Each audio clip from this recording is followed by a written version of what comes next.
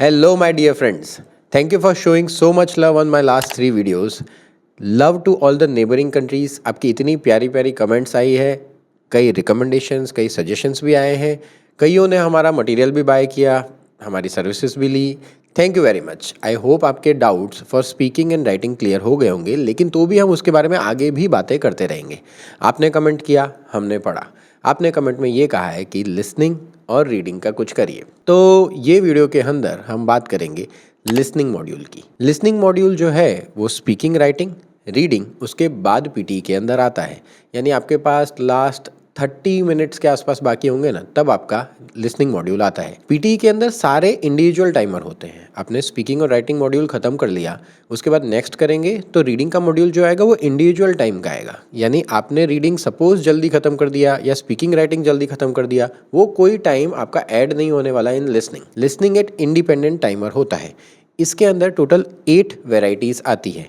हम लास्ट से शुरुआत करते हैं. ओके, हम लास्ट वैरायटी से शुरुआत करते हैं कि पीटी का लास्ट क्वेश्चन या लिसनिंग का लास्ट क्वेश्चन जो होता है right from dictation. One of the most important variety is write from dictation. इसके अंदर आपको एक ऑडियो इंग्लिश में सुनाई देता है. वो ऑडियो आपको जैसा सुनाई दिया वैसा के वैसा टाइप करना होता है. एग्जाम के अंदर number of questions minimum 3, maximum 4. Okay, 3 से 4 आने वाले हैं. लेंथ 8 वर्ड्स टू 15 वर्ड्स हो सकती है. ओके, 8 से 15 वर्ड की उसकी लेंथ हो सकती है. जनरली 8 टू 12 में ख़त्म हो जाता है. 15 वर्ड का रेयरली एक आधे को स्टूडेंट को मैंने सुना है कि हाँ मेरे में 15 वर्ड का आया. बाकी तो 8 टू 12 की ही एवरेज रहती है. इसके अंदर कई बार सवाल चलते हैं कि क्या सर मैं इसमें एक्स्ट्रा वर्ड्स ऐड कर सकता हूँ, क्या मैं और एक्स्ट्रा कर भी सकता हूँ तो कितने ऐड कर सकता हूँ. ये सब चीज़ों के सवाल जो है वो अभी हम थोड़ा क्लियर करते हैं. राइट फ्रॉम डिक्टेशन होता क्या है, एक लाइन सुनाई दे रही है, आपको वैसे की वैसी लिखनी है. आपको पहले ये जो एक्स्ट्रा वर्ड वाली बात आई कहाँ से, उसमें स्कोर मिल रहा है कि नहीं मिल रहा है ना, वो थोड़ा समझते हैं कि पीटी में स्कोरिंग किस तरह होता है. आप क्लियर एक बात समझना कि it is not the average of speaking, reading, writing, listening divide by 4. आपका जो ओवरऑल स्कोर होगा ना, वो चारों को ऐड करोगे ना, स्पीकिंग में इतना है, इसमें इतना है, इसमें इतना है, इसमें इतना है, जब सपोज सब में ही 55 है आपके, तो ओवरऑल 55 नहीं होगा. ओके, ओवरऑल 55 नहीं होगा क्योंकि स्पीकिंग के अंदर ये 4 का एवरेज आपका ओवरऑल स्कोर नहीं होता है. इसके अलावा भी कुछ कैटेगरीज काउंट होती है, जैसे कि होती है spelling, grammar, pronunciation, vocabulary, return disclosure. ये सारी चीज़ें जो थी ना, ये जो पहले 2019 में पीटी की एग्ज़ाम दी जाती थी ना, तो स्कोर रिपोर्ट कुछ इस तरह दिखता था, जिसमें लेफ़्ट साइड क्लियर मेंशन करते थे कि ये चीज़ें भी आपकी इंक्लूडेड है इन ओवरऑल स्कोरिंग. तो ओवरऑल स्कोरिंग में ये 4 का average speaking, reading, writing, listening plus इतनी चीज़ों का एवरेज भी गिना जाता था, तब जाके आपका ओवरऑल स्कोर बैठता था. अब सॉफ्टवेयर चेंज नहीं हुआ है. ओके, आप ये चीज़ समझिए कि उनका जो सॉफ्टवेयर है ना, हम व्हाट्सएप के अंदर कुछ भी अपडेट आता है तो बेसिक काम जो होता है वो तो मैसेज सेंड करना होता है, उतना तो है ही, बाकी उसमें अपडेट्स आते रहेंगे. तो सॉफ्टवेयर किस तरह चेक करता है वो तो पहले भी ऐसे ही करता था, अब भी ऐसे ही कर रहा है.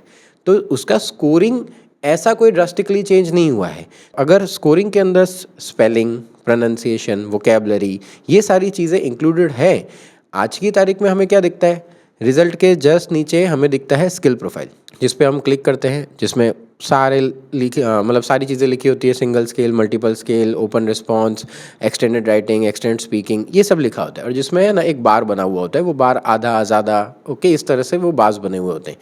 हम उसमें से स्पेसिफिक जज नहीं कर पाते हैं कि एग्जैक्ट मेरा स्कोर कहाँ कटा, क्योंकि चलो इसके बारे में भी मैं एक डिटेल में वीडियो बताऊंगा कि ये जो स्किल प्रोफाइल है इसको स्टडी कैसे करने का, तो उस पे से पता कैसे करने का कि आपका एग्जैक्ट मार्क कहाँ कटा, वो मैं बाद में अगले वीडियोस में आपको बताऊंगा. मतलब मोटी मोटी बात ये निकलती है कि आपकी स्पेलिंग इज़ अ वेराइटी. अगर आपका स्पेलिंग गलत रहता है तो आपके मार्क्स कम हो सकते हैं. अब इससे आते हैं अपन वापस राइटिंग के अंदर. राइटिंग के अंदर, ऐसे राइटिंग के अंदर स्पेलिंग तो 2 ही मार्क की है. तो एक वर्ड गलत स्पेल कर दिया मैंने तो 1 मार्क जाएगा, 2 गलत कर दिए तो 2 मार्क जाएंगे. तो अगर मेरे 2 गलत जा ही रही है तो मैं 10 स्पेलिंग मिस्टेक कर दूँ तो कटने तो 2 ही वाले हैं ना. ऐसा नहीं होने वाला है पीटी के अंदर. आप पूरे पीटी में कहीं पे भी स्पेलिंग मिस्टेक करते हो ना, तो आपके सीधे सीधे ओवरऑल में से मार्क्स आपके कटने वाले हैं, क्योंकि spelling is a variety. Okay, आप ये याद रखना. उसी में ही दूसरी एक वेराइटी है वोकैबलरी.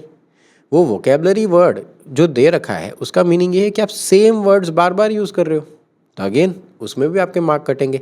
आपका प्रोनाउंसिएशन, ओके, उसमें कहीं पे भी फ्लुएंसी नहीं लिखा हुआ है, वहाँ पे प्रोनाउंसिएशन क्लियर लिखा हुआ है। आप वर्ड गलत प्रोनाउंस करते हो तो उसमें भी आपके मार्क कटने वाले ओवरऑल से। तो आपके फ्रेंड का, आपका, किसी का भी रिजल्ट एक बार वापस चेक करना, वो 4 का एवरेज आपका ओवरऑल स्कोर नहीं बैठेगा। और हमें अब एग्जैक्ट नहीं पता चल सकता कि आपके स्पेलिंग में कितने कटे या प्रोनाउंसिएशन में कितने कटे, क्योंकि स्किल प्रोफाइल था। अगर 2019 की बात होती तो हमें क्लियर पता चल सकता था कि चलो स्पेलिंग मेरी गलत है, उसको सुधार दो, तो मेरा ओवरऑल तो आ ही जाएगा। देखिए ऐसे कई एग्जाम्पल होते हैं जिसमें बच्चे के सब में 59, 59, 58, 58 हैं, लेकिन ओवरऑल में 57 है। ऐसे भी कई एग्जाम्पल हैं जिसमें सब में उसका 55, 56 है, लेकिन ओवरऑल में 59 है। तो ये चीज़ें हो क्यों रही है? क्योंकि ये 4 का एवरेज प्लस ये 6 का एवरेज इतना कंबाइन होकर आपका ओवरऑल स्कोर में जाता है। ये 6 अब दिखती ही नहीं है रिजल्ट के अंदर। ओके, अब उसकी जगह स्किल प्रोफाइल आ गया है। Coming back to our topic, that is write from dictation. अब आपके सवाल का जवाब कि क्या इसमें मैं एक्स्ट्रा वर्ड लिख पाता हूँ कि नहीं लिख पाता। यस, आप एक्स्ट्रा वर्ड लिख सकते हैं अनटिल अनलेस वो एक्स्ट्रा वर्ड की स्पेलिंग मिस्टेक ना हो। अगर मुझे एक वर्ड की स्पेलिंग नहीं पता, सपोज कोई वर्ड है ब्यूटीफुल, ओके, तो वो ब्यूटीफुल वर्ड की स्पेलिंग नहीं पता है मुझे, तो मैं ब्यूटीफुल ब्यूटीफुल 3-4 बार लिख दूंगा, लेकिन अलग अलग स्पेलिंग में लिख दूंगा, तो मेरे को जो वर्ड करेक्ट है उसका मार्क मिलने वाला है। लेकिन जो बाकी वर्ड्स हैं, हमारा ये रहता है कि यार एक्स्ट्रा लिखने से कुछ मार्क तो कटने नहीं वाले, क्योंकि नेगेटिव मार्किंग नहीं है। बात भी सही है आपकी, पर एक्स्ट्रा वर्ड्स की अगर स्पेलिंग मिस्टेक है तो आपके ओवरऑल में मार्क्स कटेंगे ही कटेंगे। Don't do that mistake. Okay, आप एक्स्ट्रा वर्ड लिखिए पर उसके अंदर स्पेलिंग मिस्टेक मत करिए। सपोज वर्ड सुनाई ही नहीं दिया है तो उसकी जगह आप तुक्का मार के 2 या 3 वर्ड एक्स्ट्रा लिख दीजिए। सपोज कोई आपको सेंटेंस मिलता है तो जहाँ पे ऐसा लिखा होता है the book is in library and student can take it from there, इस तरह की एक लाइन दे रही है, तो student can take it from there, तो मेरे को स्टूडेंट सुनाई नहीं दिया। ओके, तो मैं क्या करूँगा, समवन, स्टूडेंट, एनिमल, पीपल, जो आपको लिखना है आप लिखो। ओके, वहाँ पे आपको ये आइडिया होना चाहिए कि भाई यहाँ पे थोड़ा सा नाउन आना चाहिए कि द बुक लाइब्रेरी में और कोई उसे ले सकता है। तो यहाँ पे क्या आ सकता है, आपको जितने एक्स्ट्रा वर्ड्स लिखने लिखो। आप स्टूडेंट का प्लूरल फॉर्म लिख दो। ओके, आप प्लूरल फॉर्म लिख सकते हो, आईएनजी फॉर्म लिख सकते हो, ईडी फॉर्म, वर्ब का थर्ड फॉर्म लिख सकते हो, उसमें कोई प्रॉब्लम नहीं है। ओके, उसमें कोई आपके मार्क नहीं कटने वाले हैं, लेकिन आप स्पेलिंग मिस्टेक तो मत ही करना। और जहाँ तक मुझे पता है राइट फ्रॉम डिक्टेशन ईजी होते हैं, क्योंकि इसमें फ़ायदा पता नहीं कैसे है, पर थर्ड पार्टी सॉफ्टवेयर जितने भी हैं ना, उसमें से कई बार रिपीट होते हैं। ओके, थर्ड पार्टी सॉफ्टवेयर, कोई भी आप सॉफ्टवेयर में प्रैक्टिस कर रहे होगे ना, तो जिसने भी राइट फ्रॉम डिक्टेशन या जो पीटी कर रहा है ना, उसे पता होगा कि राइट फ्रॉम डिक्टेशन एक आधा तो रिपीट होकर आ ही जाता है ये इतने में से, तो फ़ायदा है। ओके, अगर मेरा मानना ये है कि आपने अगर ऑलरेडी उसे प्रैक्टिस कर रखा है ना, तो उसमें एक्स्ट्रा लिखने भी क्यों। हम वहाँ पे एक्सपेरिमेंट नहीं करने जा रहे हैं कि यार एक्स्ट्रा लिख लूँगा मैं, सपोज 50 एक्स्ट्रा लिख लूँ तो मेरे को कितना मिलने वाला है, ऐसा मत करिए।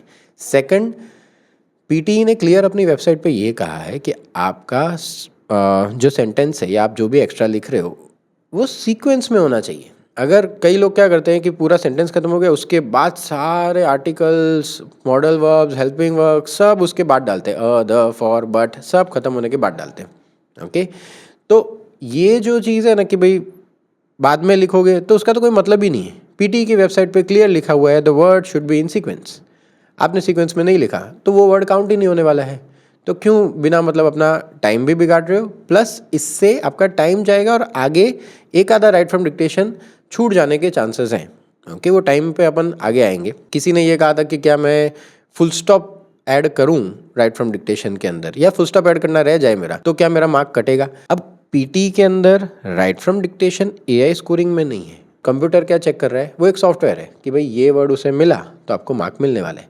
तो सपोज लास्ट वर्ड है कि सपोज लास्ट वर्ड है ऑब्जर्वेशंस, तो ऑब्जर्वेशंस में पीछे फुल स्टॉप दे रखा है, मैंने फुल स्टॉप नहीं किया, तो ऑब्जर्वेशन प्लस फुल स्टॉप ये साथ में एक वर्ड कहलाएगा। उसे क्या चाहिए, ऑब्जर्वेशन प्लस फुल स्टॉप। आपके पूरे पूरे मार्क नहीं कटने वाले, आपका एक मार्क कट सकता है। क्यों, क्योंकि ऑब्जर्वेशन के पीछे एस के बाद एक कैरेक्टर है दैट इज फुल स्टॉप, तो वो पूरा इस तरह काउंट करने वाला है। ओके, और ये तो था ही डाउट। दूसरा एक डाउट, पहला अल्फ़ाबेट कैपिटल नहीं किया, ये किसी ने पूछा नहीं पर मैं आपको बता ही दे रहा हूँ। पहला अल्फ़ाबेट कैपिटल नहीं किया तो क्या मार्क कटेंगे, हाँ कटेंगे। आपका एक सिंगल सेंटेंस होना चाहिए, यानी आपका पहला अल्फ़ाबेट कैपिटल होना चाहिए, एंड में फुल स्टॉप आपका कंपलसरी होना चाहिए। ओके, ये चीज़ का आपको ध्यान रखना है। बीच में पंक्चुएशन मार्क अगर आता हो तो आपको वो पंक्चुएशन मार्क भी डालना पड़ेगा। I went to the stationery shop to buy pen, pencil and rubber, तो पेन और पेंसिल के बीच में कॉमा करना पड़ेगा। वो पंक्चुएशन के भी मार्क्स होंगे ही उसके अंदर। ओके, तो जैसा सेंटेंस है वैसा का वैसा, उसके अंदर एक्स्ट्रा ऐड करने हैं, तो जस्ट वो वर्ड के बाद I went to the stationery shop, to buy pen, pens, pencil, pencils and book, books. Okay, अब यहाँ पे जो लास्ट वर्ड आया उसमें जो मुझे सही लग रहा है, मेरा तो सजेशन ये रहता है कि लास्ट वर्ड खास करके सुनो। क्यों? क्योंकि वो लास्ट वर्ड के बाद फुल स्टॉप चाहिए। ओके, लास्ट वर्ड के बाद फुल स्टॉप चाहिए, वो एक कैरेक्टर कहलाएगा, वरना वो आपका 1 मार्क कटेगा, फुल स्कोर नहीं आएगा।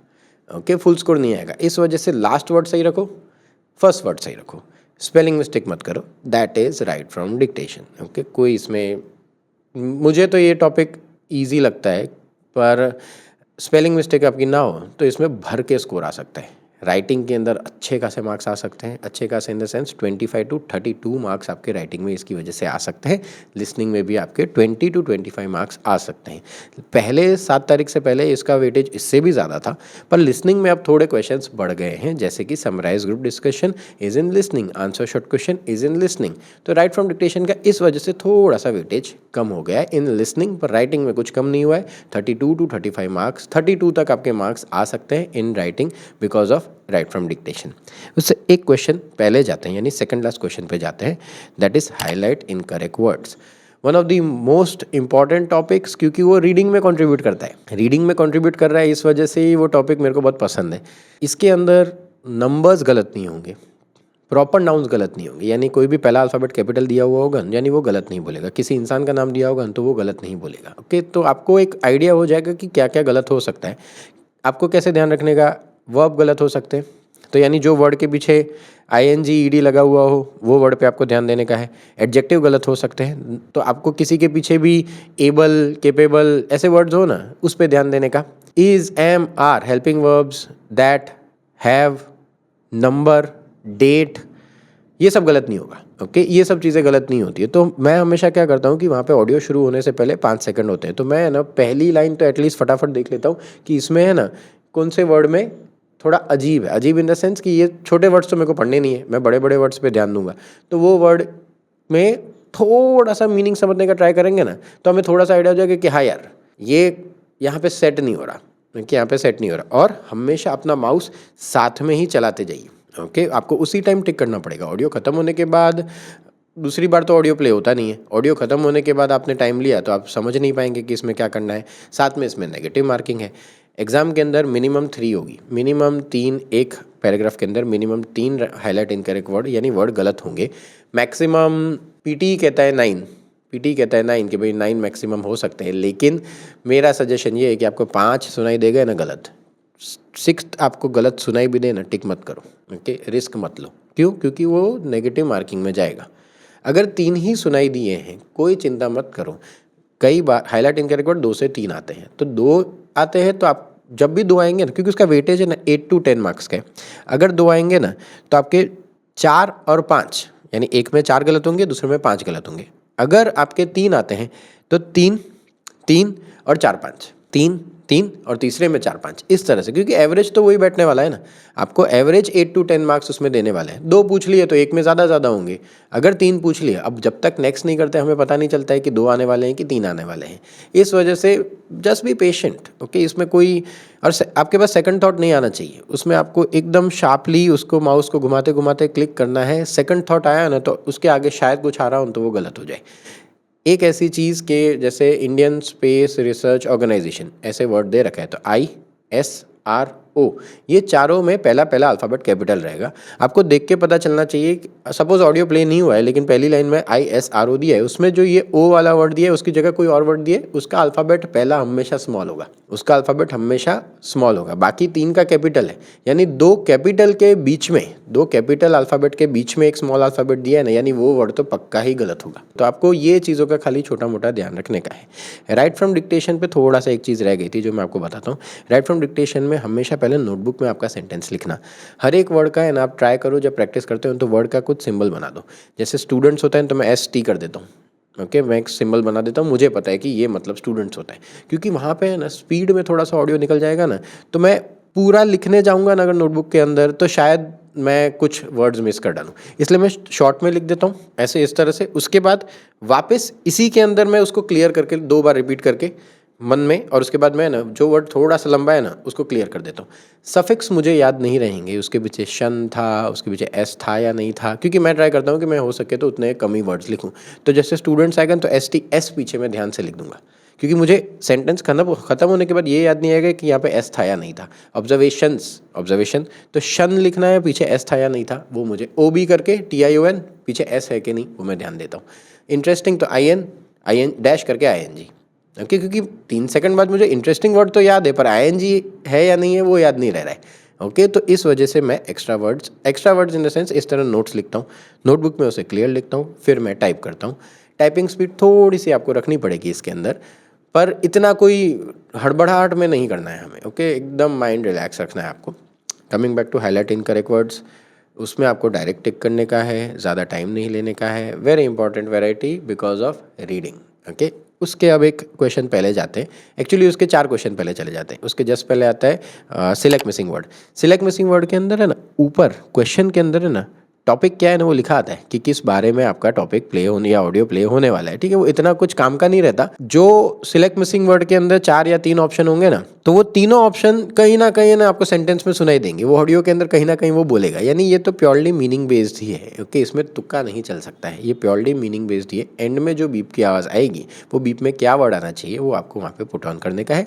फ़ायदा ये है कि कुछ खास वेटेज है नहीं, इसलिए चलेगा। वो गलत होगा तो एग्ज़ाम के अंदर 1 या 2 आएंगे। उसके एक से पहले चले जाते हैं, that would be MCQ single. MCQ single जो होगा एग्ज़ाम में एक ही टिक करना है, आपको ऑडियो प्ले होने वाला है, एक ही मार्क का है, ज़्यादा चिंता नहीं है। 1 या 2 आएगी वैरायटी, कोई खास काम का नहीं है। प्रैक्टिस करनी है तो करो, नहीं तो इट्स फाइन। उसके एक पहले चले जाते हैं highlight correct summary. Highlight correct summary exam के अंदर 2 से 3 आएगी। रीडिंग में कंट्रीब्यूट करती है यस, पर 1 या 2 मार्क कंट्रीब्यूट करती है, तो इतना उसके पीछे मुझे भी नहीं लगता कि उसके पीछे टाइम यूटिलाइज करना। उसके एक पहले जाते हैं MCQ मल्टीपल। उसके अंदर जो है, नहीं सॉरी, हाईलाइट करेक्ट समरी से एक पहले आएगा, क्योंकि उल्टी सीक्वेंस चल रही है इसलिए मिस हो गया। हाईलाइट करेक्ट समरी से एक पहले आएगा आपका filling the blank listening. Filling the blank listening के अंदर ये एक इंपॉर्टेंट वैरायटी है, बहुत काम की वैरायटी। फ़ायदा अब ये है कि वो सिर्फ लिसनिंग में कंट्रीब्यूट कर रहा है, राइटिंग में नहीं कर रहा। ओके, फ़ायदा क्यों है मैं आपको समझाता हूँ। एक आपको पैसेज दे रखा है जिसके अंदर ब्लैंक दे रखी होगी, ब्लैंक के अंदर जो जवाब होगा वो आपको हेडफोन के अंदर तो सुनाई देगा, आपको वैसा का वैसा वर्ड उसके अंदर लिख देना है। जो राइट फ्रॉम डिक्टेशन में मैंने आपको तरीका बताया, आपको शॉर्ट में वर्ड लिखना है, पीछे SESING लिखना है। वो प्रैक्टिस अगर आप राइट फ्रॉम डिक्टेशन में ही कर लेंगे ना, तो आपको फिलिंग द ब्लैंक लिसनिंग की प्रैक्टिस करने की जरूरत नहीं पड़ेगी, क्योंकि वहाँ सुनाई तो दे रहा है, आप नोट्स भी ले रहे हैं। सेम यहाँ पे सुनाई दे रहा है, आप नोट्स ले रहे हैं। आप शॉर्ट में लिखने की आदत रखो। ओके, तो उसको ध्यान से फटाफट खाली पीछे सफिक्स लिख लो जो भी है, क्योंकि हमें बाद में एस था या नहीं था, ING था या नहीं था वही याद नहीं रहता, वर्ड तो सुनाई दे जाएगा आपको। ठीक है, तो वो खाली शॉर्ट में लिखने का आदत रख लो। सेकंड, उसे जब टाइप करें ना, use tab button in your keyboard. Okay, आप माउस से नेक्स्ट करने जाएंगे तो शायद थोड़ा टाइम ज़्यादा ले, तो मैं टाइप करता हूँ, टैब बटन दबाता हूँ तो अपने आप ही वो नेक्स्ट ब्लैंक पे चला जाता है। Okay, I tried this in my exam, it works. Okay, तो वो फटाफट आपका टाइप उसके अंदर हो सकता है। मेक श्योर फुल स्टॉप के बाद अगर आप वो वर्ड यूज़ कर रहे हो तो पहला अल्फ़ाबेट कैपिटल हो। ओके, उसके अंदर कोई कैरेक्टर आपको खुद से ऐड नहीं करना, कॉमा वगैरह नहीं आता, डैश बीच में अगर हो तो वो भी वर्ड्स उसके अंदर नहीं आते, एकदम सिंपल वर्ड्स उसके अंदर होंगे। बेसिक वोकैबुलरी है।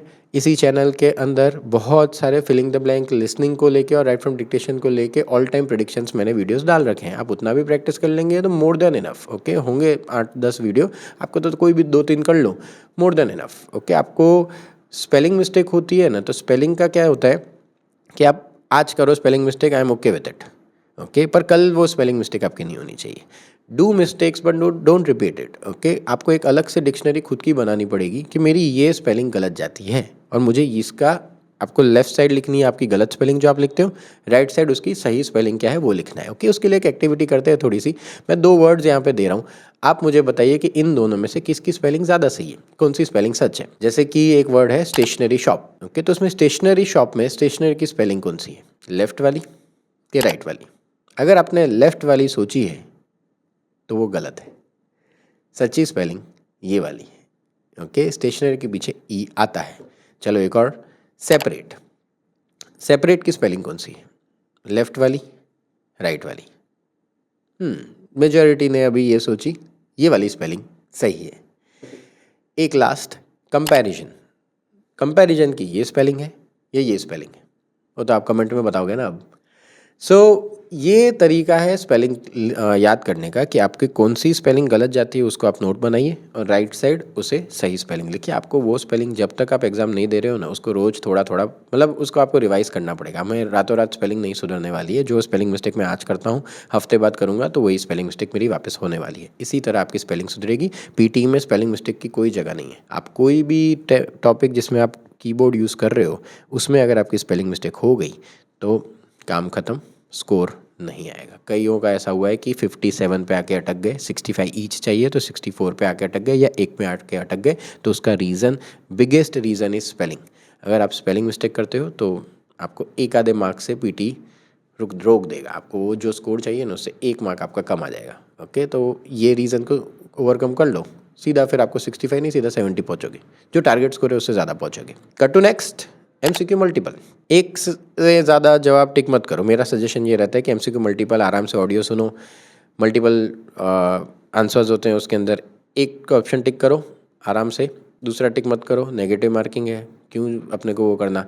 एक टिक करोगे तो भी फुल स्कोर ही आएगा। ओके, मैं तो हमेशा ही एक टिक करता हूँ, मैंने सेकंड कभी टिक ही नहीं किया। Okay, take your time in that. ये जितने भी मैंने टॉपिक बोले, MCQ multiple, MCQ single, highlight correct summary, select missing word, जो इतने इंपॉर्टेंट नहीं है, इसमें ये ध्यान रखना ऑडियो खत्म होने से पहले आपका आंसर टिक हो जाना चाहिए। खाली सिलेक्ट मिसिंग वर्ड में आप ऑडियो खत्म होने से पहले टिक नहीं कर पाएंगे, पर सिलेक्ट मिसिंग वर्ड में ऑडियो खत्म हो उसके 10 सेकंड में आप टिक कर देना। ओके, बाकी सब में तो ऑडियो खत्म होने से पहले आपका आंसर टिक हो जाना चाहिए, नहीं तो last question right from dictation छूटने के बहुत बड़े चांसेस हैं। कि क्यों? टोटल टाइम जैसा मैंने कहा कि आपको सपोज़ 33 मिनट्स आपको लिसनिंग का टाइम मिला है, जिसमें से 10 मिनट जाएगा समराइज स्पोकन टेक्स्ट में, जिसमें अब हम आने वाले हैं वो टॉपिक पे। पर वो 10 मिनट का जो टाइम है, वो 10 मिनट मैंने सपोज़ वो टॉपिक 5 मिनट में ख़त्म कर डाला ना टाइप करके फटाफट, तो भी आपके 10 मिनट ही माइनस होने वाले हैं। सो आपके पास जो बाकी के क्वेश्चंस बचते हैं ना, जो होते हैं 12 से 13 क्वेश्चंस, वो 12 से 13 क्वेश्चंस अटेंड करने के लिए आपके पास टोटल टाइम जो होगा वो होगा 22 मिनट्स। 22 मिनट्स में से 18 मिनट्स का तो ऑडियो ही होगा जिसे आप स्किप नहीं कर पाएंगे। तो आपके पास ये सारे क्वेश्चन अटेंड करने के लिए टेक्निकली 4 ही मिनट है। ओके, क्योंकि नंबर ऑफ़ क्वेश्चंस बढ़ गए हैं, तो राइट फ्रॉम डिक्टेशन छूट जाने के चांसेस बहुत हैवी हैं। और अगर राइट फ्रॉम डिक्टेशन छूट गया, चुपचाप खड़े हो जाओ, रिजल्ट की राह मत देखो, स्कोर नहीं आने वाला आपका डिज़ायर्ड। ओके, वो बहुत इंपॉर्टेंट वैरायटी है और पीटी ने जानबूझ के उसको लास्ट में रखा है। मैं तो यही बोलता हूँ, पहले 10 मिनट जिसने संभाल लिए, आखिरी 5 मिनट संभाल लिए ना, उसको अपना डिज़ायर्ड स्कोर आ गया। पहले 10 minute read aloud repeat sentence, last के 5 मिनट राइट फ्रॉम डिक्टेशन, काम हो गया अपना। ओके, एटलीस्ट जो हमें चाहिए उतना तो बेसिक स्कोर आ ही जाता है। ये 3 वैरायटी को अगर आप अच्छे से कर लेते हो तो। लास्ट वाला छूट गया, right from dictation, spelling mistake होती है मेरी, रीड अलाउड में घबरा गया था, रिपीट सेंटेंस आता नहीं है मुझे, तो कैसे स्कोर आएगा बच्चा? आपको कुछ तो मेरे को देना पड़ेगा ना कि यार कोई टेम्पलेट आपको बचा नहीं सकता। ओके, अगर ये 3 क्वेश्चन आपके खराब जाते हैं तो कोई टेम्पलेट आपको नहीं बचा सकता। Coming back to summarize spoken text. Okay, मेरे को ये समझ में नहीं आता कि कई लोग ये बोलते हैं कि मेरा राइटिंग में स्कोर कम इसलिए आया क्योंकि है ना मेरा ऐसे का टेम्पलेट नहीं चला। ऐसे ही मेरे को कई स्टूडेंट मैसेज करते। मैंने कहा पहले तो आपको पता नहीं है कि टेम्पलेट चला कि नहीं चला। कैसे पता भाई? रिजल्ट में कहाँ लिखा हुआ है कि तेरा टेम्पलेट नहीं चला? ऐसा कौन, कहाँ लिखा है? खुद ही जज कर लेते कि ये चलेगा ये नहीं चलेगा। जो मैं ऑलरेडी हमारे राइटिंग के वीडियो में क्लियर बता चुका हूँ कि टेम्पलेट या स्ट्रक्चर किस तरह चलता है, किस तरह नहीं चलता है। ओके, तो वो तरीका क्लियर। सेकंड, अगर राइटिंग में स्कोर कम है, उसका मेजर हाथ समराइज स्पोकन टेक्स्ट का है। ओके, अगर आज की तारीख में आपने 7 तारीख के बाद एग्जाम दी है, अगर आपका राइटिंग में कम स्कोर आ रहा है तो उसका मेजर हाथ समराइज स्पोकन टेक्स्ट का है। समराइज स्पोकन टेक्स्ट एग्जाम के अंदर एक ही आने वाला है। पहले 7 तारीख से पहले 1 या 2 आ सकते थे, लेकिन अब एक ही आएगा। लिसनिंग और राइटिंग दोनों में कंट्रीब्यूट करेगा। 10 मिनट्स आपके पास होते हैं उस क्वेश्चन को अटेंड करने के लिए, इंक्लूडिंग द ऑडियो। ऑडियो आपका 90 सेकंड तक का ऑडियो होगा, तो यानी आपके पास उसके अटेंड करने के लिए 8 to 8.5 मिनट्स के आसपास आपके पास वो होगा। टेम्पलेट नहीं, जैसा हमने कहा, हम स्ट्रक्चर की बात करेंगे कि उसमें होता क्या है कि ऑडियो प्ले हुआ, आपको ऑडियो समझाना है कि आपको क्या समझ में आया। अब उसमें 2 तरीके होते हैं। अब सीधा सीधा या तो जो ऑडियो के बारे में है ना, उसके बारे में लिखना शुरू कर दो। जैसे उसकी डेफिनेशन लिख दी, उसके की पॉइंट लिख दिए, कंक्लूजन रिमार्क लिख दिया। ओके, यानी डायरेक्ट टाइप कर रहे हो, इन द सेंस आप एक आर्टिकल लिख रहे हो, तो आर्टिकल में आई, ही, शी ये सब नहीं आता है। ओके, ये सब नहीं आता है, तो आप डायरेक्ट टॉपिक के बारे में लिखो कि कहना क्या चाहता है। जैसे आया फैंसी कार्स, ओके, या इलेक्ट्रिक कार्स, तो electric cars are something, direct आप इलेक्ट्रिक कार्स से ही शुरू करोगे definition. They are now supported by government, the government is also taking many measures, ये आपका सेकंड पॉइंट हो गया। Finally it is a crucial decision taken by the government for the environmental conservation, ये आपका थर्ड पॉइंट हो गया। तो इसमें आप कोई स्ट्रक्चर या कुछ ऐसा फिलर यूज़ नहीं कर रहे हो, आप सीधी सीधी बात कर रहे हो जो आपको सुनाई दी है और आपको खुद पैराफ्रेज करके उसे समराइज़ कर रहे हो। ये तरीके से तो शॉर्ट स्कोर आने ही वाला है, बट वो तो उनको जिनको इतनी अच्छी इंग्लिश या इतनी आती हो कि वो पैराफ्रेजिंग कर सके। मेरा बात ये है कि यार सपोज़ मुझे ऐसा टॉपिक आया जिसके जो मेरे को पहले तो सुनाई नहीं दिया, सेकंड मेरे को स्पेलिंग याद हो कि नहीं पता, थर्ड सुनाई दे गया, स्पेलिंग पता है पर अब समझ में नहीं आया कि कहना क्या चाह रहा था। ओके, तो तब मैं क्या करूं? मुझे तो इन द एंड स्कोर से मतलब है।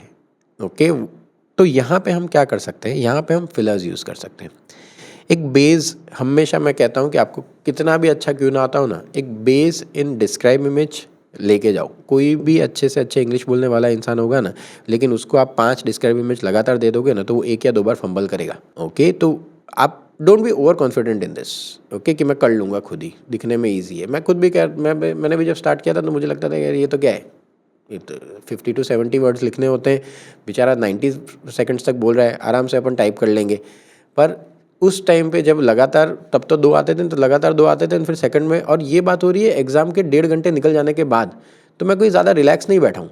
ओके, मेरा रीडिंग ख़त्म होने के बाद आ रहा है, तो मेरे को यार अभी स्ट्रेस भी नहीं लेना और मुझे ऐसा श्योरिटी होनी चाहिए कि मेरा स्कोर आने ही वाला है। ओके, तो इसके लिए एक base, that is a base structure, क्या करना होता है? पहला, क्लियर मैं आपको कुछ लाइंस देता हूँ जिस तरह से आप शुरुआत कर सकते हैं। अभी उस लाइन को हम बेस रखते हैं। सबसे पहली लाइन रहेगी आपकी, द लेक्चर वॉज अबाउट। यहाँ पे जो वर्ड है ना वॉज, इस पर खास ध्यान रखना क्योंकि ये ऑडियो खत्म हो गया है। आप ऑडियो खत्म होने के बाद टाइप कर रहे हो, यानी आपको जो भी लिखना है अब पास्ट टेंस में लिखना है। ओके, तो हम पास्ट टेंस में ही बात करने वाले हैं। द लेक्चर वॉज अबाउट, उसके बाद जो भी आपका टॉपिक है वो आपको उसके अंदर पुट ऑन करने का है। पहली लाइन आपकी ये रहनी चाहिए। Second line, it started by explaining. तो इट मतलब क्या, हम लेक्चर की बात कर रहे हैं, यानी हमने प्रोनाउन यूज़ कर लिया बाय एक्सप्लेनिंग। फिर जो भी आप मैं बताऊंगा उसके अंदर आगे आपको क्या लिखना है। फर्स्टली कॉमा स्पेस, कॉमा के बाद स्पेस। ओके, पीटी के अंदर हर पंक्चुएशन मार्क के बाद स्पेस होना ज़रूरी है, कॉमा हो या फुल स्टॉप, उसके बाद में जो भी, अगर आप फुल स्टॉप के बाद कुछ लिखना है आपको स्पेस, तो उसमें स्पेस कंपलसरी रखना। Firstly space, the speaker mentioned that, बताऊंगा इसमें क्या लिखना है। सेकेंडली ही और शी वो तो ऑडियो सुन के पता चलेगा, डिस्कस्ड दैट। उसके बाद 2 वर्ड है, हाउएवर या फर्दरमोर। ओके, हाउएवर या फर्दरमोर। अगेन एक फ्रेज, की line, was highlighted. In conclusion, comma, the lecture emphasized that या on, फिर अगेन एक लाइन। इसको आप बेस रखो। मैं ये नहीं कह रहा हूँ इतना लिखने से आपका स्कोर आ जाएगा, ना भाई ना, ये लिख के आ गए तो पक्का 0 होने वाला है। ओके, लेकिन इसको अब यूज़ कैसे करना ना, वो अपन सीखते हैं, पर इसे हम अभी बेस रखते हैं। अब मैं आपको एक पैसेज बताता हूँ। ओके, आप स्क्रीन पे एक पैसेज देख सकते हैं। तो उसमें मैंने तो लिख दिया, या कई बार है ना, मैंने है ना जितों का भी देखा है, सब बोलते हैं कि यहाँ पे कीवर्ड लिखो। ओके, यहाँ पे कीवर्ड लिखो, यहाँ पे की लाइन लिखो, पर कीवर्ड की लाइन क्या, पता कैसे चलेगी कि ये वाली लाइन लिखने की, ये वाला वर्ड सही है कि नहीं है? ओके, आपको सबसे बेसिक चीज़ ये जो याद रखनी है इसके अंदर वो है कि sentence formation, subject plus verb plus object, ये 3 चीज़ों का ही आपको ध्यान रखना है। अपन सबसे सिंपल सेंटेंस में बात करते हैं, I play cricket. Okay, I subject, play verb, cricket आपका ऑब्जेक्ट। ही प्लेस क्रिकेट। ओके, ये 2 सेंटेंस अपन याद रखते हैं, I play cricket, he place cricket. Okay, बस ये 2 सेंटेंस अपन याद रखते हैं, इसको अपन बेस रखने वाले हैं। अब अपन आते हैं अपने सेंटेंस के अंदर, पैसेज के अंदर। Today we turn our attention to one of the oceans most magnificent and vital ecosystems, coral reefs. तो ये जो पूरी पहली लाइन है ना, टुडे से लेके वाइटल इकोसिस्टम्स तक, उसमें से आपने कुछ भी कैच किया ना तो कोई काम का नहीं है। वो कहना क्या चाह रहा है कि आज हम बात करेंगे ओशन के सबसे लाजवाब और एक अहम इकोसिस्टम की, जिसका नाम है, अब मैंने इतना कैच कर लिया, जिसका नाम है के बाद ही चुप हो जाऊंगा तो क्या मतलब है, तो जिसका नाम है कोरल रीफ्स। और पीटी वाले अच्छे हैं, आपको कोरल रीफ्स अब इस पैसेज के अंदर कई बार सुनाई देने वाले हैं। ओके, तो ये चिंता मत करना कि मेरा टॉपिक मिस हो गया। ओके, टॉपिक जनरली फर्स्ट या सेकंड लाइन के अंदर आपको मिल ही जाएगा। ओके, तो वो जो पहली लाइन थी, today we are going to it, the lecture was about coral reefs, आपका पहली लाइन में कोरल रीफ्स फिक्स हो गया। सेकंड लाइन इसने कहा है, these under water rain forest are not just spectacular in their beauty but they are crucial for the health of our planet. अब rules मैंने जो खुद ही बनाए हैं, ओके, जिस तरह से मैं इजी कैच कर पाता हूँ। नॉट ओनली सुनाई देगा ना मेरे को, ओके, यहाँ पे लिखा है नॉट जस्ट, तो नॉट जस्ट, नॉट ओनली, ये दोनों में से कोई वर्ड सुनाई देगा तो ऑफकोर्स उसके बाद बट ऑल्सो आने ही वाला है, ओके, उसके बाद बट ऑल्सो आने वाला है। तो मैं नॉट जस्ट के बाद वाला कैच नहीं करता, मैं बट ऑल्सो के बाद वाला कैच करता हूँ। क्यों? क्योंकि मुझे अब है ना शांति से यहाँ पे आप टेक्निकली सुनो, जब आपको ऑडियो सुनाई देगा तो कोरल रीफ्स लिखने जाऊंगा तब तक नेक्स्ट लाइन तो प्ले हो ही रही है, मैं लिखूंगा कैसे? ओके, तो मैं सुनूंगा ही नहीं उस टाइम पे। अगर मैं लिखते टाइम सुनता भी गया तो फिर उस टाइम पे जो लिख रहा हूँ ना वो आधा लिख पाऊंगा। इससे अच्छा मैं क्या करता हूँ, कोरल रीफ्स आराम से लिखता हूँ और यहाँ पे मेरे को नॉट जस्ट सुनाई देगा, यानी वो लाइन में स्पेक्टेकुलर इन द ब्यूटी सुनूंगा ही नहीं, मैं डायरेक्ट बट के बाद जो लाइन लिखी है, they are crucial for health of our planet, okay, तो क्रूशियल वाला जो वर्ड क्रूशियल आता है ना, क्रूशियल, सिग्निफिकेंट, इंपॉर्टेंट, उसका मैंने एक सिंबल बना दिया है, ओके, तो IMP कर देता हूँ मैं। क्रूशियल, सिग्निफिकेंट, इंपॉर्टेंट तीनों का मीनिंग एक ही होता है, तो मैंने IMP कर देता हूँ और फिर बाद में health of our planet, okay, health of our planet, मैं इतना खाली उसके अंदर कर देता हूँ। उसके बाद कोरल रीफ्स वापस सुनाई दिया मुझे, टॉपिक जैसा मैंने कहा वापस सुनाई देगा। दो कवरिंग लेस देन 1%, 1% नंबर तो कभी कैच ही नहीं करता मैं, नंबर तो आपको लिखने भी नहीं है। क्यों 1% लिखें? तो वेरी लेस इन नंबर, हमें नंबर याद नहीं रखना, वेरी लेस वेरी मोर आप उसकी जगह लिख सकते हो। Of the ocean floor supporting an, अब यहाँ पे एक वर्ड है ocean floor, okay, ocean floor मुझे सुनाई देगा और मेरे पास अभी ये लिखने का टाइम होगा क्योंकि कोरल रीफ से वो लाइन पूरी खत्म हो चुकी है। मैं ये देखता हूँ कि मैं उस टाइम पे लिख पाऊंगा कि नहीं। Support an estimate of 25% of all marine species. अब रुक जाते हैं, पहले जो टेम्पलेट या कुछ भी दिया जाता था ना उसमें कहा जाता था कीवर्ड कीवर्ड कीवर्ड, अब जीरो कैसे होता था उसके अंदर। अब आते हैं अपन अपने सिंपल जो सेंटेंस बनाने का तरीका, subject plus verb plus object, okay, हमें सब्जेक्ट क्या मिल गया इसके अंदर? Coral reefs. हम जो भी कैच कर रहे हैं, जैसे हमने कैच किया मरीन स्पीशीज, हमने कैच किया ओशन फ्लोर, हमने कैच किया health of our planet, okay, ये तीन चीज़ें कैच की। ये तीनों में काम क्या हो रहा है, क्रिया क्या है, वर्ब कहाँ है? हम सब्जेक्ट तो हमने कोरल रीफ कैच कर लिया, ये तीनों हमने जो कैच किए ये तीनों तो ऑब्जेक्ट है, तो वर्ब हम कैच ही नहीं कर रहे। तो ये अगर आपको सेंटेंस के अंदर वर्ब नहीं मिला तो वो सेंटेंस कोई काम का नहीं है, वो सेंटेंस जीरो होने वाला है। तो आपका summarize spoken text zero, content में उसका स्कोर नहीं आने वाला और कोई बंदर वाला सॉफ्टवेयर इसे जज नहीं कर सकता, ओके, कोई सॉफ्टवेयर ये नहीं कह सकता कि यहाँ पे आपने सेंटेंस फॉर्मेशन में गलती की इस वजह से जीरो मिलेगा, लेकिन पीटी करेगा, पीटी आपके भर के मार्क काटेगा, देगा ही नहीं। तो इसको सॉल्यूशन कैसे, जैसे हमने ये लाइन कैच की, ओशन फ्लोर हमने वर्ड कैच कर लिया, हमने मरीन स्पीसीज कैच कर लिया, तो हम ओशन फ्लोर को ही कैसे करेंगे? एक वर्ड होता है ओशन फ्लोर को क्या करता होगा, वो कवर करता होगा, ओके, उसने बोला ही है कि कोरल रीफ्स दो covering less than 1% of ocean floor. तो मैं क्या करूंगा कि सेंटेंस के अंदर लिख दूंगा, इट्स पहला, it started by explain the importance of health of our planet, ये मेरी सेकंड लाइन हो गई। Firstly the speaker mentioned that coral reefs support marine species, marine species को क्या करता होगा, सपोर्ट, वो वर्ब बोल रहा है, हम वर्ब को हमेशा इग्नोर कर रहे हैं और वर्ब को हम की लाइन में कैच नहीं कर पा रहे हैं। तो यहाँ पे दो वर्ब थे, एक कवरिंग था, तो हम एक लाइन लिख सकते हैं, firstly the speaker mention that coral reefs cover less number of या वेरी लेस क्या, ocean floor, coral reefs cover, तो कवर इज वर्ब, आप वेरी लेस भी नहीं लिखोगे ना चलेगा, coral reefs cover ocean floor, okay, coral reefs cover ocean floor, अपना subject plus verb plus object, ये अपना मोटो क्लियर होना चाहिए। हम सिर्फ ऑब्जेक्ट कैच करते जा रहे हैं, सिर्फ ऑब्जेक्ट कैच किया तो वो है तो कीवर्ड पर सेंटेंस नहीं बन रहा है, इस वजह से आपका स्कोर नहीं आएगा। क्लियर? आगे देखते हैं थोड़ा सा, दे प्रोवाइड, अब आ गया अपना वर्ब, जितने भी वर्ब है मैंने उसे येलो मार्क कर रखा है, तो दे प्रोवाइड वर्ब एक कैच हो गया। क्रिटिकल हैबिटेट्स, क्रिटिकल में कैच करना है तो करो, क्रिटिकल का मैंने कहा मैं इंपॉर्टेंट सिग्निफिकेंट तो सिंबल बना देता हूँ, उसको सेंटेंस में कैसे ऐड करना है वो बाद में देखूंगा। Habitats for diverse range of sea, diverse range of, ये सब एडजेक्टिव है, वो सब आपको नहीं कैच करना है, हमें तो नाउन चाहिए, ओके, वो एक बहुत महान क्या पर व्यक्ति है, इंसान है, उसके पीछे जो महान वर्ड इज एन एडजेक्टिव, पर उसके बाद क्या, ओके, उसके बाद क्या, वो मेन चीज़ होती है ना। तो नाउन कैच करो, सिर्फ एडजेक्टिव कैच मत करो। तो for a diverse range of, ये कैच करने की जरूरत नहीं है, direct sea life, from fish to invertebrates, तो ये जो दे रखा है ना, ये तो अगेन सी लाइफ को एक्सप्लेन करने के लिए दे रखा है ना, ये तो सी लाइफ को एक्सप्लेन करने के लिए दे रखा है, तो ये तो एग्जाम्पल दिया है, वो एग्जाम्पल तो नहीं लिखने का है। अब यहाँ पे एक मेरा मस्त क्या कह सकते हैं, मेरा ऐसा मस्त कमान है ये तो, कि for instance the great barrier reef, यहाँ पे उसने एक प्रॉपर नाउन दे दिया और एक वर्ड दे दिया फॉर इंस्टेंस, बस यही। अगर आपको सेंटेंस कहीं पे भी सुनाई देना, कौन सा, फॉर इंस्टेंस सुनाई देना, शांति से ऐसे रिलैक्स हो जाओ कि अब मेरे को चिंता नहीं है।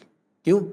क्योंकि मेरे पास अब एक तरीका है जिससे अब मैं आराम से इसका कंटेंट क्लियर कर पाता हूँ। यहाँ से अब मेरे को सुनने की ज़रूरत ही नहीं है। For instance the great barrier reef world heritage site is a home of thousand of species, ये सब कुछ कैच मत करो। सीधा उसके बाद वाला सेंटेंस है, करना क्या मैं बताऊंगा। इसके बाद वाला सेंटेंस है however these ecosystems are under threat. However के बाद हाउएवर वर्ड आता है, यानी अब कुछ उसके बारे में नेगेटिव बोलना शुरू करने वाला है। तो हाउएवर जैसे ही बोलता है उसके बाद एक वर्ड तो बोलेगा ही बोलेगा वो कि भाई क्या कुछ गलती है, कुछ नेगेटिव वर्ड आने वाला है। जैसे यहाँ दे दिया है थ्रेट। अब थ्रेट के उसने कारण दिए, climate change, pollution, over fishing, ये सब उसके रीजंस दिए। इसमें से कुछ कैच नहीं करना, मैं कह रहा हूँ इसमें से कुछ कैच मत करना, खाली थ्रेट वर्ड कैच हो रहा है ना मेरे लिए वो बहुत है। फिर the loss has profound implications, not just आया तो नॉट जस्ट तो कैच नहीं करना, मैं तो बट ऑल्सो की बात का करूंगा। बट ऑल्सो के बाद क्या हुआ, ह्यूमन कम्युनिटीज, इतना कैच हो गया।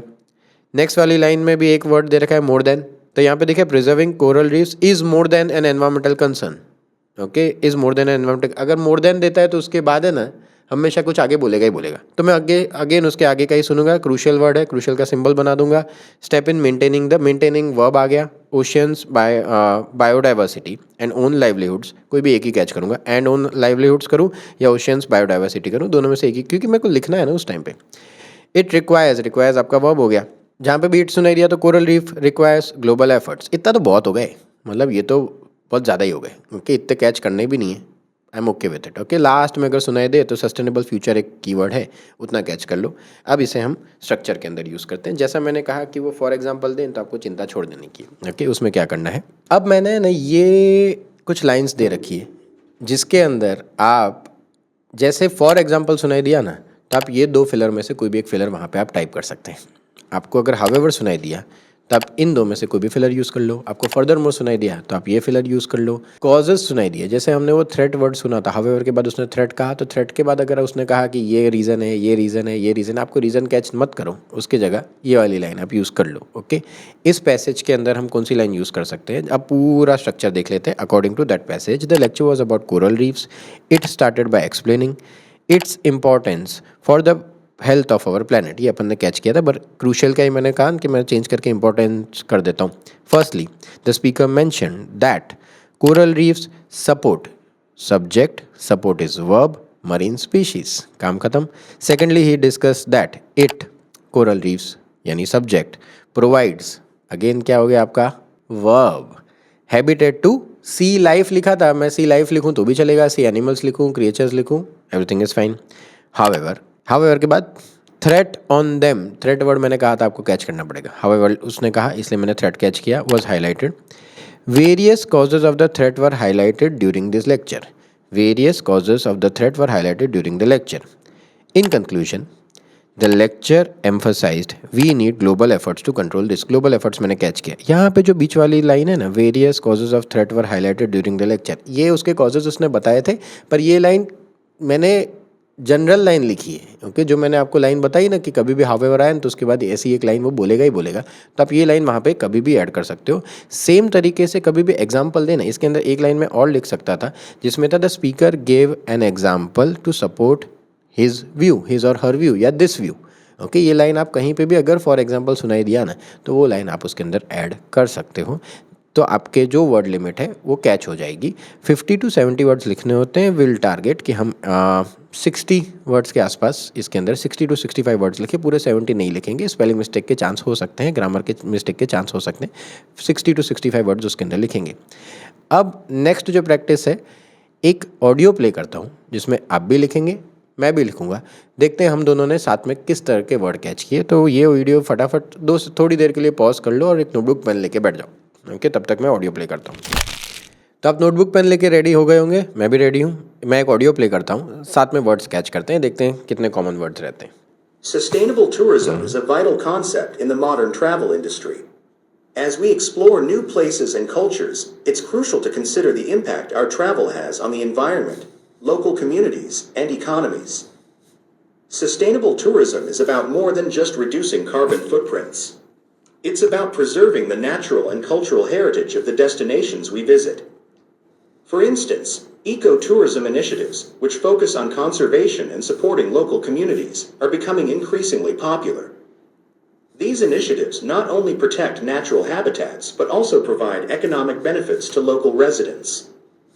However, the challenge of sustainable tourism goes beyond individual actions. It requires collaboration between governments, tourism operators, and travelers.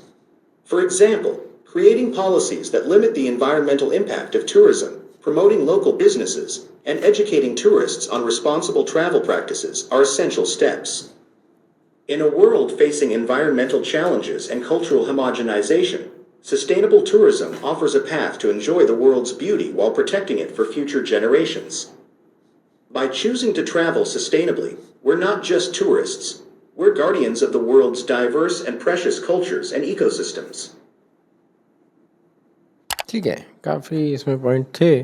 We are guardians वाली लाइन तो ज़रूरत मुझे नहीं लग रही है, क्योंकि मेरे को है ना उसके पहले नाउन वाले पॉइंट मिल गए। अब हमें इसे स्ट्रक्चर के अंदर यूज़ करना है।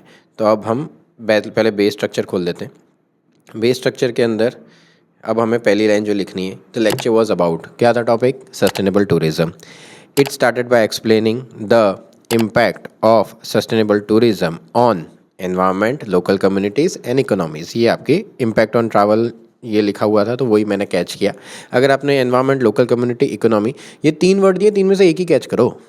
ओके, ये 3 वर्ड है, 3 में से एक ही कैच करो, कोई चिंता नहीं है। ओके, तो impact on environment.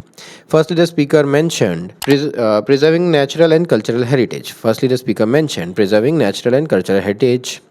Secondly he discussed, एक वर्ड दिया था eco tourism initiatives. He discussed आ गया, ही आ गया subject, discussed verb, eco tourism initiative. Okay, तो ये आपका फ़ायदा ये रहता है बेस रखने का या स्ट्रक्चर रखने का, कि ऑलरेडी उसके अंदर तो हम आपको फिट करके दे ही रहे हैं, subject plus verb plus object. Okay, तो एक फ़ायदा उसके अंदर रहा।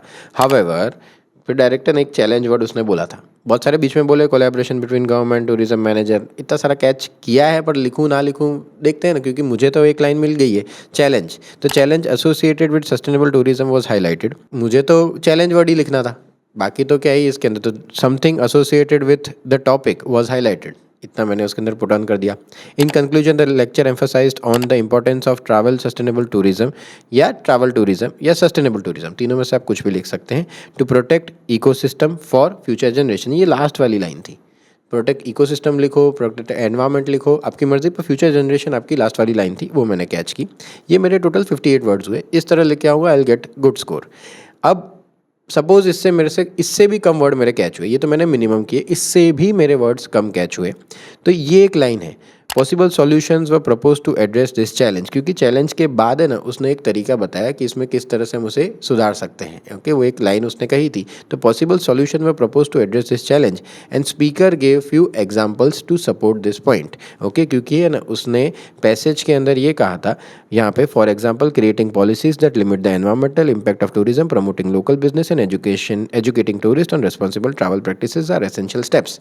तो इतना लंबा है, इसमें से कुछ भी कैच नहीं करोगे ना, चलेगा, क्योंकि अब मेरे पास एक की लाइन है जो मैंने आपको दी, possible solutions were propose to address this challenge and speaker give you examples to support this point of view. तो ये आप लिख सकते हो, पर अब मेरे टोटल वर्ड लिमिट 77 हो गई है। ओके, 77 हो गए, तो मैं 77 वर्ड्स का तो नहीं लिख सकूंगा, जैसा मैंने कहा कि हमें कम वर्ड्स करने। तो कम क्या करूंगा कि ऊपर जो मैंने कहा कि एनवायरनमेंट, लोकल कम्युनिटी और इकोनॉमीज था, उसमें से कोई भी एक लिख देंगे। एनवायरनमेंट, जिसकी स्पेलिंग मुझे पक्का सही पता है, वो लिखेंगे, जैसा मैंने समझा स्पेलिंग गलत नहीं होनी चाहिए। प्रिजर्विंग नेचुरल हेरिटेज, वैसा का वैसा लिखेंगे इसके अंदर। फिर यहाँ पे कल्चरल एंड नेचुरल हेरिटेज था, मैंने कल्चरल वर्ड हटा दिया, नेचुरल हेरिटेज खाली रखा। However challenge associated with sustainable tourism was highlighted, वो ऐसी की वैसी लाइन रखी। Possible solutions were propose to address this challenge and speaker give you examples to support this view. In conclusion the lecture emphasised on the importance of travel sustainable tourism. तो कितना short हो गया, अपन ने क्या catch किया? Sustainable tourism, impact on environment, preserving natural heritage, challenge word और importance of travel sustainable tourism. बस इतना ही अपन ने कैच किया है और अपना summarize spoken text done. Okay, total words 60। Spelling mistake मत करो, ग्रामेटिकली कुछ गलत है नहीं। ये फिलर्स जो मैंने दिए वो फिलर्स आप यूज़ कर लीजिए। स्ट्रक्चर इसी तरीके का होता है, very easy, nothing to worry in it. I hope आपका लिस्टिंग का डाउट क्लियर हो गया होगा। ये जो स्ट्रक्चर होता है ना, वो बेस जो है ना, वो आपको पास नहीं कराएगा, लेकिन उसके बाद जो आप लिखते हो ना, वो थोड़ा सेंसिबल होना चाहिए। ऑडियोज़ को इतने टफ नहीं होते हैं, just you need a little bit of practice. Listening I hope done, आपको समझ में आ गया होगा। अब जैसा आपने डिमांड किया था, रीडिंग। ओके, अगला वीडियो रीडिंग पे आने वाला है। रीडिंग में क्या होता है, कैसे होता है। रीडिंग के लिए आपको खाली एक नोटबुक और पेन वीडियो के स्टार्टिंग में ही अपने पास रखना। Okay, I am coming back with reading module. Summarize spoken text के लिए मैं आपके लिए ये कर सकता हूँ कि मैंने एक PDF बनाई है। आप नीचे दी हुई लिंक पे, अगर आप वो PDF चाहते हैं तो नीचे दी हुई लिंक पे आप क्लिक करिए, तो आपको एक गूगल फॉर्म खुलेगा जिसके अंदर आपको फॉर्म भरेंगे, you will get a discount. Discount code again वही है, PTE विनय। ओके, तो आपको डिस्काउंट मिल जाएगा, जिसके अंदर मैंने most repeated summarize spoken text ये स्ट्रक्चर के साथ ऐड करके मैंने सॉल्व करके आपको दे दिए हैं। जैसा मैंने ये दिया था वैसे ही आपको दे दिए, तो मोस्ट रिपीटेड उसके अंदर है। जो भी ऑडियोज़ हैं उसको मैंने ऑलरेडी समराइज़ करके डाल के दे दिया है और वर्ड लिमिट के अंदर ही है। ओके, तो आपको खाली खाली वो पैसेज पढ़ लेने के, ये most repeated summarize spoken text है। ओके, तो नीचे फॉर्म भर दीजिए, लिंक पे क्लिक करिए, लाइक करिए, शेयर करिए, सब्सक्राइब करिए और कीप प्रैक्टिसिंग।